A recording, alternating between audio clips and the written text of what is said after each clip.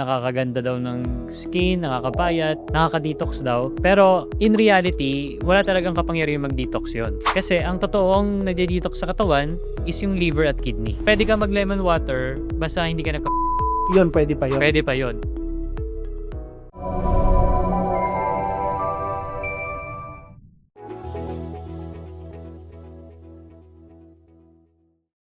Good day mga kababayan! Welcome sa isang bagong episode ng Medico.ph. At ngayon, pag-uusapan natin ang isang practice na medyo nauuso, madalas nating marinig sa internet. And ang claim ng mga proponent nito, healthy siya. Pero kailangan nating tanungin talaga yung mga eksperto, healthy ba talaga ito? Ang tinutukoy ko dito ay yung tinatawag na lemon water detox. By the term itself, medyo magkaka-idea na kayo. Gamit ang lemon water, nade-detoxify ba yung katawan? Naaalis ba natin yung mga harmful na substances na pumapasok na nagdudulot na maging prone tayo sa sakit? Sasagutin natin lahat yan.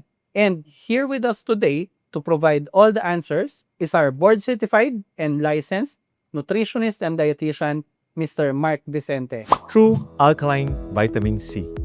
Sa panahon ngayon, ang daming pagmulan ng sakit, stress, exposure sa germs, unhealthy lifestyle, at kung ano-ano pa. Bilang doktor, isa sa mga nire-recommend ko ay daily intake ng vitamin C mula sa pagkain at supplements. Mabisang pampalakas ng immune system at pampababa ng stress. Nakakatulong pang pagandahin ang ating balat. Sa dami ng brand ng vitamin C, ito ang paborito ko. True Alkaline C. Sodium ascorbate. Alkaline kasi siya. Di gaya ng ibang brand, solid ang vitamin C content dahil puro at walang ano-anong halo. Di pa nakakapangasim ng sikmura dahil nga alkaline base siya. Safe sa mga acidic. Available to ng discounted at free shipping sa store.medico.ph. Tandaan, store.medico.ph. Nandito lahat ng mga supplements na rekomendado namin. Order na habang may natitira pang stocks. Sir Mark, ano po ba itong lemon water detox na to and may benepisyo ba ito sa kalusugan natin? So, ang lemon water detox, isa sa mga nagte-trend to. Before nutritionist pa ako, nakikita ko doon sa internet eh. Kasi nga, pinapromote nila, nakakaganda daw ng skin, nakakapayat, nakaka-detox daw. Pero, in reality, wala talagang kapangyarihan mag-detox yon. Kasi ang totoong nagde-detox sa katawan is yung liver at kidney. Okay. So, meron tayong natural nagde-detox. So, sila, tulong lang sila or mapaboost, gumanda nga yung hydration mo or pumayat ka. So, hindi talaga siya nagde-detox. So, mag-iingat kayo sa mga trending dahil ginawa nga ng influencer, gagawin mo na sa'yo. So, kailangan nga ng assessment talaga kung for you yan. Kasi baka may risky pala, nasa huli yung pagsisisim. Okay. Pag sinabing nagle-lemon water detox ako, Sir Mark, anong ginagawa ng isang tao? Ang usually ginagawa first thing in the morning, yun yung inumin nila eh. Lemon Diba? water. Kuha ng isang pirasong lemon, yung iba sinishake pa, pati yung peel, pati yung balat. Pero yung iba, ano na lang, no, squeeze. Tapos, lalagyan ng maraming tubig, tapos iinumin nila yon every day sa morning. Kasi, ang gusto nila mangyari, nakaka-detox nga ng mga kinain mo before. Okay. Nakaka-detox ng mga oxidized, no? Free Tapos, radicals. Free radicals, tapos pumayat ka, sumeksi ka. Kaya nila ginagawa yan. Tsaka fasting din, di ba? Diet. Kasi, yun lang inumin mo eh. Noong morning, di ba? Morning. Walang kang kinain. May kasama bang fasting to? Like may part na hindi ka kakain sa isang araw pag nagle-lemon water detox? Oo, mostly nakikita kong gumagawa nito, regimen nila na walang pagkain sa morning. Pero yung iba kasi, yun lang, tubig lang nila, may pagkain. Pero mostly, talagang yun lang yung ginagawa nila eh. Kasi gusto nila ng rapid weight loss. So, tiisan talaga. Itong mga to? Nagla-lunch naman, Okay. kasi intermittent fasting sila. Okay. Kain sila ng lunch to dinner, bulk foods, or 1 meal a day. Tapos, severe cases, may time na yun lang yung kinakain, which is hindi talaga recommended. Nang gaano katagal, sir? Depende yan, no, kung ano yung tolerance nila. Pero may gumagawa ng weeks eh. weeks. Oo, Lemon water lang kinukonsumo mo. liquid diet yung tawag dyan. So, yan yung pinaka talagang depriving, talagang bato sa buwan na Oo. gusto nilang gawin. Mm. Kunyari, malapit na yung event, malapit na ikasal. Mm. So, water detox. Nangyayari baliktad. Ah. Ang natural properties ng katawan, kumain. Ah. Di ba? Mm. Yun, nadali. Iba yung na-detox. I see. Okay. So, sa makatwid, pag sinabing lemon water detox, blanket statement lang yan sa mga taong nagpipigil ng regular na kain. Pag sinabi natin regular na kain, yung typical na breakfast, lunch, and dinner In this case, at the bare minimum, hindi sila nag-aagahan. Iinom lang ng lemon water, pero lunch and dinner, kakain sila. Sabi nga ni Sir Mark, may mga cases na yung mga extreme na weeks, ito lang ang kinukonsumo. Walang lunch, walang dinner. Pero ang mga ibang nakikita ko sa mga influencers din, Sir Mark, 2 to 3 days ang nakikita kong hindi sila hindi sila kakain. Parang may pause. Oo, tapos tawag dito, lemon water lang. Pagkatapos ng 2 to 3 days, parang miserable na sila.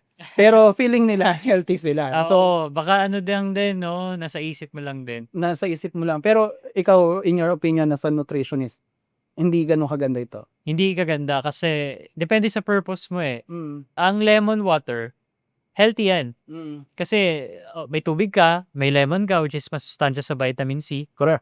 So, mataas yung percentage makonsume mo na yung daily requirement sa vitamin C. Mm. Tapos may flavonoids pa, good for heart. Mm.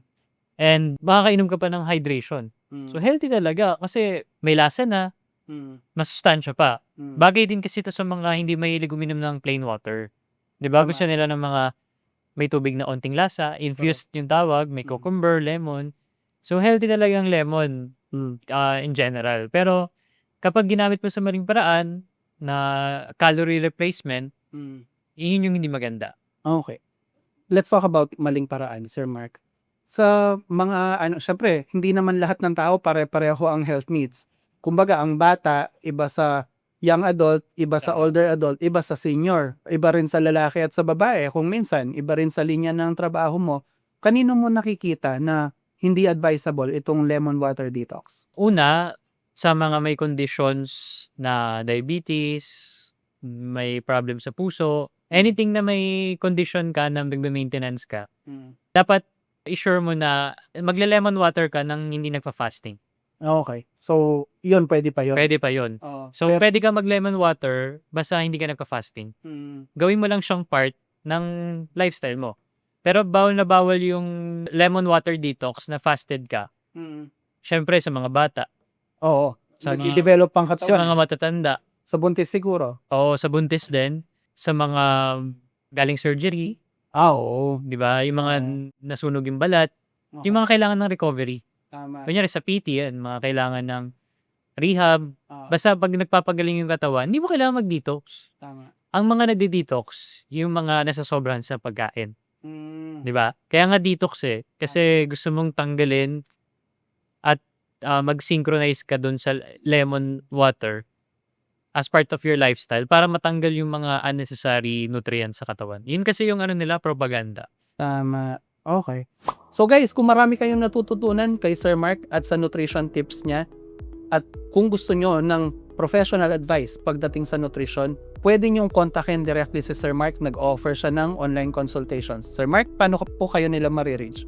Pwede niyo po akong tawagan or i-text 099-555-12928 or sa aking email na vicentemark.18@gmail.com para matulungan ko po kayo through online consultation. So, naka-flash na naman po yan sa screens ninyo and ilalagay po namin sa descriptions para nang sa ganon, kung may nangangailangan ng nutrition tips, marami usually yung mga lumalapit kay Sir Mark kung may sakit sa puso, nanggaling sa stroke, nagkaroon ng Parkinson's or Alzheimer's, yung mga ganyan. Minsan, mga bata na may developmental disorders, yan, natutulungan din ni Sir Mark. So, kung gusto nyong maging mas healthy, isa sa mga unang steps na pwede nyong gawin, i-improve yung pagkain ninyo. And dun nakakatulong ang mga professional gaya ni Sir Mark. So, ayun po, sa makatwid, hindi siya substitute sa proper nutrition. And in some cases, maaring maging kontra, lalo na kung medical yung medical condition mo medyo sensitibo. Na-mention mo, Sir Mark, yung may diabetes, di ba? Posible ba yan na bumaba yung blood sugar mo masyado? Lalo na pag morning, 'di ba? Mababa yung sugar mo, tapos mag-water ka lang. Dapat nga sagutin mo yun ng onting sugar para mag-balance. So, hindi pwede. Hindi pwede sa ganun. Kasi delikado. Delikado yung mataas ang sugar, for sure. For Dahil, sure. link nga sa diabetes yon. Pero, na-mention na ni Sir Mark in other episodes, pati ng mga iba nating doktor, si na Doc Bien, si Doc Anthony, na equally dangerous yung low blood sugar. Kasi pag nahilo ka dyan, kung tumatawid kang kalsada, delikado yon. Or, in some cases, sabi nga dito Doc Anthony, may nakokomatose pa pag sumobra baba ng blood sugar. So, mahirap. Kung gagawin nyo to, syempre, nire-respeto po namin ang mga paniniwala nyo, tsaka yung choices nyo sa health. Kung pag-iisipan nyo man na gawin itong lemon water detox, make sure magpaalam muna kayo sa doktor nyo kasi sila yung nakakaalam ng medical history ninyo. Sir Mark, balik tayo dun sa detoxification. Na-mention mo kanina, yung pagdi-detox na yan, aalisin mo yung mga excess, alisin mo unnecessary, lalo na yung mga free radicals na nakakasama sa kalusugan natin. Kung hindi ka masyadong pabor sa yung tipong super fasted na naka-lemon detox, may ma-share ka bang tips para mag-detoxify tayo in a safer way? Kagaya ng sabi ko, magtiwala tayo sa liver and kidney. So, una mong gawin, huwag kang kumain ng mga nakakasira kay liver and kidney. Of course, bisyo. Diba? Lahat ng smoke, alcohol, dadan kay liver and kidney. And toxin yan. Toxin yan. Di mo lang ramdam, pero sila yung nagsasuffer. Yun yung una mong gawin. Second, syempre, kumain ka ng mga healthy foods, iwasan yung mga processed foods. Kasi ang processed foods nga, napapag-usapan natin, yung ulit-ulit na oil, no, masama yan sa katawan. Then, kung sasama mo ng lemon water, okay naman, wag lang yung super fasted talaga. Yes. Pwede mong gawing tubig after meals. Kasi ang lemon, although acidic siya amuyin or tikman, alkaline niya pag pumasok. Diba? Kontra sa acid yun. Yes, Pag kontra alkaline, sa diba? acid. Kasi nga, ang kinakain natin nowadays, puro acidic foods. Karne. So, kailangan mo lang i-balance yung acidity mo sa loob. Mag-alkaline foods ka. Which is yung citrus, lemon. So, nababalance niya yung acidity ng katawan. Wag mo lang siyang gagawin na substitute nga as calorie. Na breakfast mo, lunch mo, dinner. Pwede mo siyang tubig talaga. Tubig. Nalagyan mong yelo, lalo na mainit ngayon.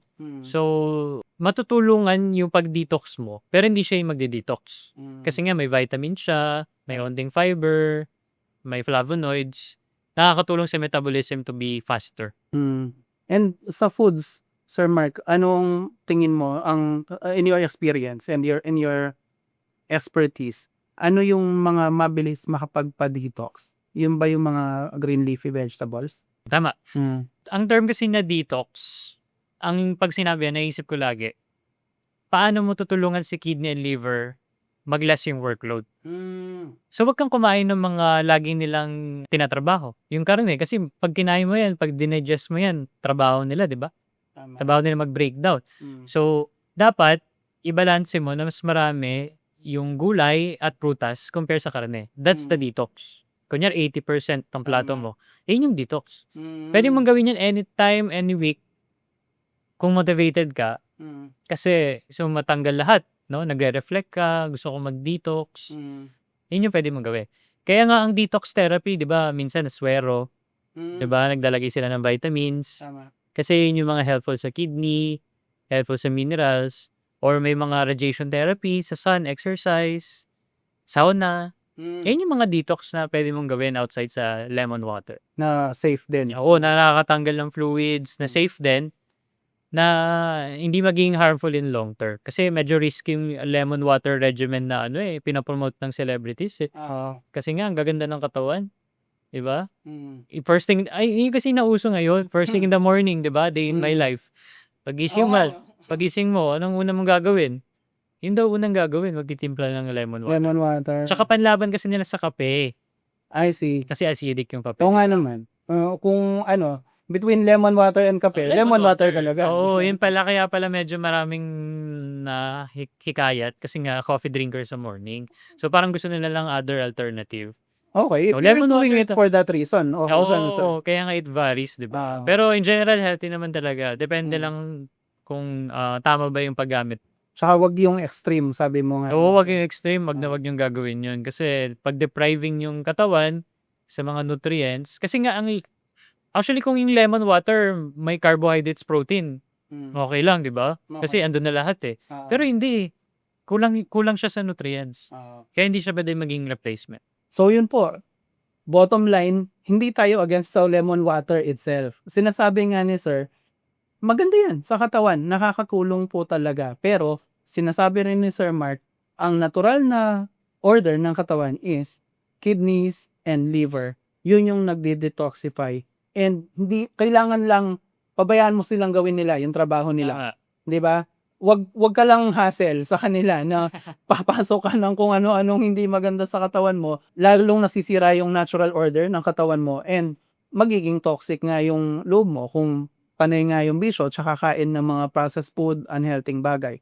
Pero kung susundin mo lang yung mga tips ni Sir Mark, especially yung mga nasa last episodes, kagaya ng meal plan na shinare namin, malang duda na hindi mo kakailanganin na mag-effort ng marami para lang mag-detoxify ng katawan. Pero, again, sa pakami sa lemon water, absolutely not. Kung gusto mo talagang inumin sa umaga, lalo na para umiwas sa kape, gawin mo.